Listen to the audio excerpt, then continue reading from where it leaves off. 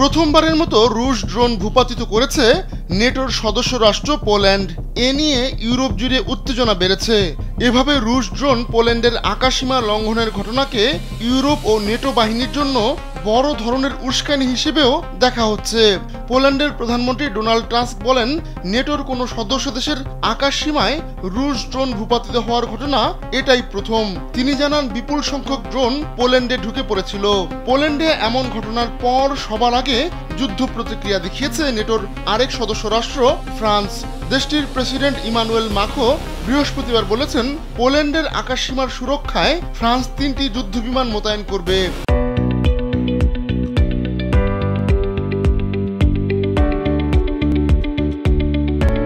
এক্সে এক বার্তায় মাখো বলেন, পোল্যান্ডে রাশিয়ার ড্রোন হামলার পর আমি আমাদের নেটো মিত্র পোল্যান্ডের আকাশসীমা এবং ইউরোপের পূর্বাঞ্চলীয় সীমান্ত রক্ষায় 3টি রাফায়েল যুদ্ধবিমান মোতায়েনের সিদ্ধান্ত নিয়েছি।